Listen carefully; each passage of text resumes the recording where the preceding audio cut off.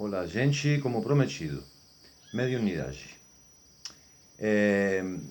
A gente se pergunta, né? É preciso ter um grau de mediunidade para consultar o I Ching, para interpretar o I Ching? Segundo o I Ching, sim.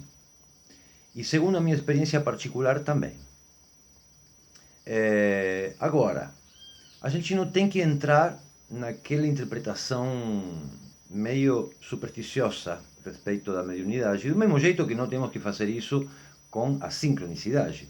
É um fenômeno natural, acontece naturalmente, mas no nosso caso a gente também pode desenvolver isso. Tem pessoas com um grau de mediunidade espontânea, né? As mulheres, por exemplo, têm uma capacidade de mediunidade maior, por causa de que são mais receptivas, é pela sua própria condição feminina. Isso não quer dizer que os homens não possamos ter. Inclusive uma pessoa que não tem nenhuma mediunidade também pode desenvolver a mediunidade. Ok?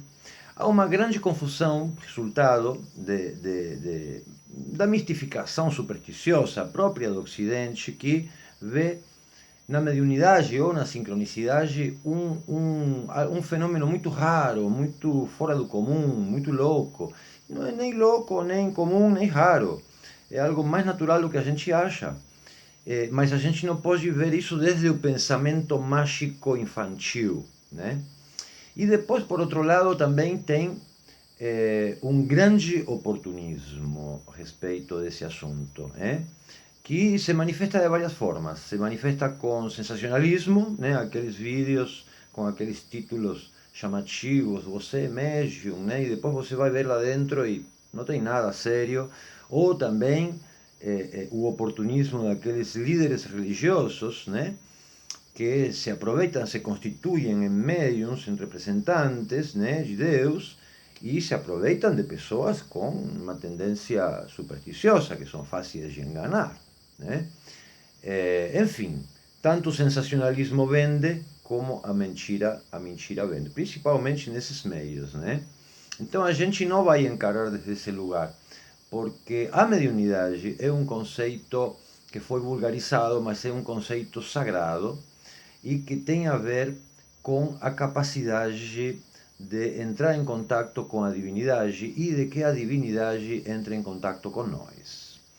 É um conceito que está relacionado com, do ponto de vista do I Ching, com sacerdotes e magos, ou sacerdotisas e magas, né? Vocês vão ver uma referência aos sacerdotes e magos na linha 9 em segunda posição do hexagrama 57, onde diz que há inimigos ocultos. A linha diz que se empleiam sacerdotes e magos em grande número, etc, etc. E depois diz que há inimigos ocultos que sugestionam a população, são os mistificadores que acabei de mencionar, e que devem ser perseguidos até no último cantinho, e postos em evidência, desenmascarados, para que eles percam a sua influência, porque essa influência é nefasta, né? E, por sinal, eu recebi essa resposta do I Ching quando eu perguntei no ano 2020 se eu deveria ensinar o I Ching, né? Porque eu já tinha 30 anos de consultas do I Ching, tinha muita gente que pedia para me consultar e não sei o quê. E no momento eu perguntei a ver se eu deveria ensinar o I Ching, e o I Ching me respondeu com o hexagrama 57, com linha 9 em segunda posição e linha 9 em terceira posição. E o hexagrama complementar foi o hexagrama 20. Eu não vou tratar dessa interpretação, mas se vocês olham no seu I Ching, vocês vão entender por que eu encarei esse canal e eu estou ensinando o que estou ensinando. É porque eu assumi essa resposta como um mandado divino, como um mandado do Tao. E eu estou tentando cumprir com esse mandado. Então, gente, é necessária a mediunidade para interpretar e para consultar? Sim, claro que é necessária. Pode ser desarrollada? Pode ser desarrollada. Mas primeiro vamos tentar entender o que é a mediunidade. Comumente se relaciona com a intuição.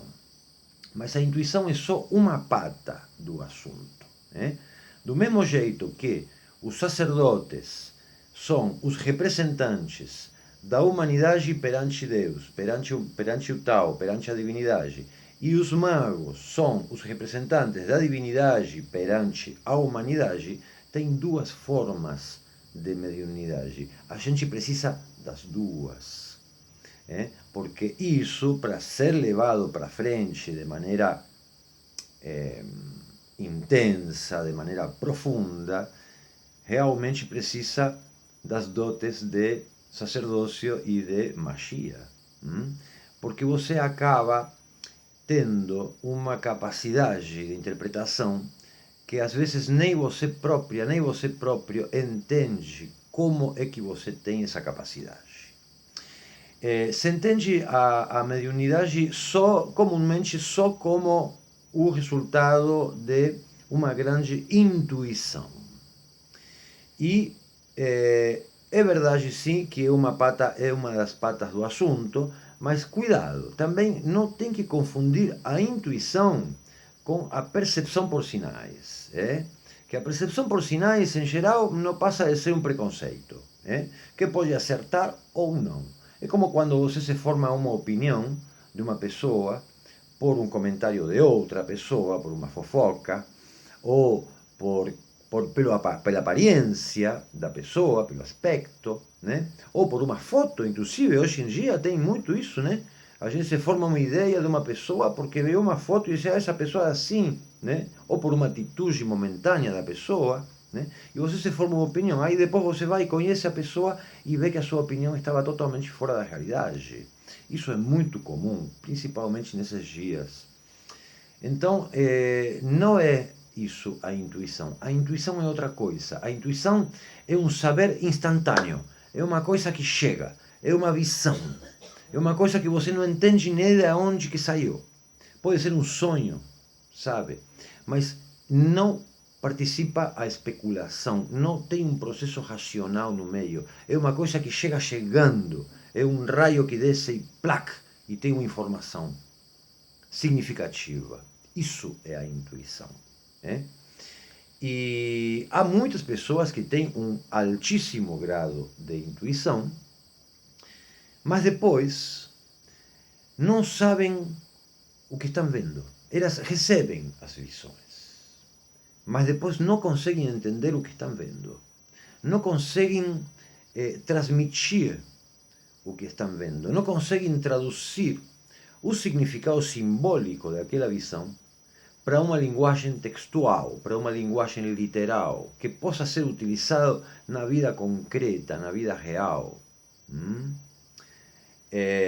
Então é uma visão que às vezes fica em uma espécie como de, não de esterilidade, mas que não é exprimida toda a informação que tem aquela intuição. Por que a pessoa não consegue traduzir? Porque não tem o conhecimento técnico. Então ali entra a outra pata da mediunidade, que é o conhecimento. Você precisa de ter uma grande intuição para receber as visões, mas depois você precisa do conhecimento técnico para traduzir essas visões. Porque senão você fica lá, não tem meiação, entende? Você fica numa situação incompleta. Você tem as visões, mas essas visões não podem ser utilizadas porque não podem ser descidas na realidade. Depois, por outro lado, você também tem o caso de pessoas que têm um grande conhecimento técnico, mas e elas até conseguem, sabe, penetrar no conhecimento do I Ching, mas o I Ching não penetra nelas. Porque tem uma visão de, tipo aqueles cientistas que olham o fenômeno, sabe, estudam o fenômeno, mas eles olham desde fora. Eles não mergulham no fenômeno, entende? Não se involucram, não se entregam. Então o que acontece? Quando eu falo, por exemplo, como já falei antes e vou falar agora de novo, que quando você se comunica através do I Ching, você está se comunicando com uma alma viva, com uma entidade que é onipresente e onisciente, que sabe tudo, entende? Para a pessoa é inconcebível. é uma noção inaceitável, entende? Porque a pessoa não se entrega. A pessoa está olhando desde fora. Pode explicar coisas complexas, pode dar cátedras do I Ching, mas o I Ching não entra neles, não recebem as visões. No primeiro caso dos intuitivos, temos o caso de vamos falar em termos de I Ching, de um receptivo que precisa do criativo. E no caso dos hipertécnicos, temos um criativo que precisa do receptivo. Temos um yin que precisa do yang e um yang que precisa do yin. Nós, que estudamos I Ching, sempre temos que procurar a ver aonde está o yang e aonde está o yin. Temos que ver sempre as duas patas, porque senão a mediunidade não se completa. Para ser mediunidade tem que estar completa, ok? Aí você vai ter uma certeza e vai poder exprimir a resposta, e não só isso, porque a mediunidade também é importante para consultar. Lembra que eu já falei com vocês no vídeo passado que o Tao sabe quem é você. O I Ching está vivo, é uma entidade viva, é muito mais sábia que todos nós juntos, sabe tudo, porque senão não poderia responder de coisas que estão longe, por exemplo. Então a própria lógica indica que sabe tudo da situação e sabe tudo sobre você, e não responde para todo mundo do mesmo jeito, porque sabe qual é a sua capacidade de entendimento. Então por isso que muitas vezes tem pessoas que confiam na minha mediunidade e pedem para mim não só interpretar a resposta, sino inclusive fazer o jogo. Perguntar, consultar o I Ching para elas. Muitas vezes as pessoas que me pedem isso formulam um tipo de pergunta e eu às vezes sugiro perguntar de outro jeito, porque é importante perguntar bem, do mesmo jeito que é importante perguntar bem para um buscador como o Google ou para a inteligência artificial, senão você vai receber uma resposta, E não tem que ter medo de perguntar bem para o I Ching, porque o I Ching entende tudo, muito mais do que você poderia imaginar. Então essas pessoas, que às vezes algumas são pessoas com uma alta experiência com o I Ching, pedem para mim fazer a consulta e a interpretação também. Eu faço naturalmente. Então, vamos ver exemplos, caso de pessoas conhecidas, que passaram a história como médiums, caso de Nostradamus, o caso de Chico Xavier e tantos outros, eram pessoas altamente intuitivas, isso é evidente, mas também é evidente que eram pessoas com altíssimo conhecimento técnico da linguagem simbólica, senão não poderiam ter transmitido o que eles estavam vendo. Porque para transmitir as visões precisa do conhecimento técnico da linguagem simbólica. Ok? O próprio Carl Gustav Jung, com a sua teoria do inconsciente coletivo, com a sua técnica de interpretação de sonhos, é evidente que era uma pessoa altamente aberta, altamente receptiva, sem preconceitos, com uma mente realmente ampla, mas ao mesmo tempo ele tinha um enorme conhecimento da linguagem simbólica. Por isso que ele podia traduzir um sonho que vem do inconsciente para a consciência. Senão não tem como você traduzir um conteúdo em um idioma se você não conhece o idioma. Elemental, não é, gente? Então, o que precisa o hiperintuitivo? A técnica que tem o hipertécnico. E o que precisa o hipertécnico? A intuição que tem o hiperintuitivo. Isso pode ser desenvolvido? Pode. Pode sim.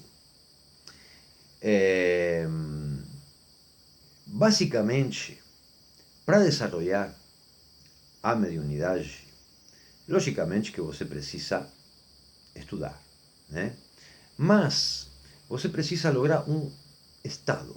Você precisa, é o que eu expliquei quando falava de sincronicidade. Você precisa se ubicar no meio. Para você meiar, você tem que estar no meio. Nem no yin, nem no yang. Você não pode estar em uma situação particular. Você tem que ter uma atitude totalmente vazia, totalmente objetiva. E como a gente faz isso? entrando em sincronicidade. Você precisa entrar em sincronicidade com o I Ching e com você própria, e com o Tao, e entrar no seu Tao. Como a gente faz isso? Através da meditação. Eu medito já há mais de 30 anos e realmente você consegue criar o que no Segredo da Flor de Ouro se chama do corpo diamantino. Lembra do Segredo da Flor de Ouro, quando eu falei da meditação, né? O outro vídeo. Que de tanto circular o Chi se cristaliza e se forma um novo corpo. Um novo corpo que você pode habitar com a sua consciência. E aí você se coloca no meio. Você não está nem no Yang nem no Yin. Você está no meio. Você está no Tao. E olha só.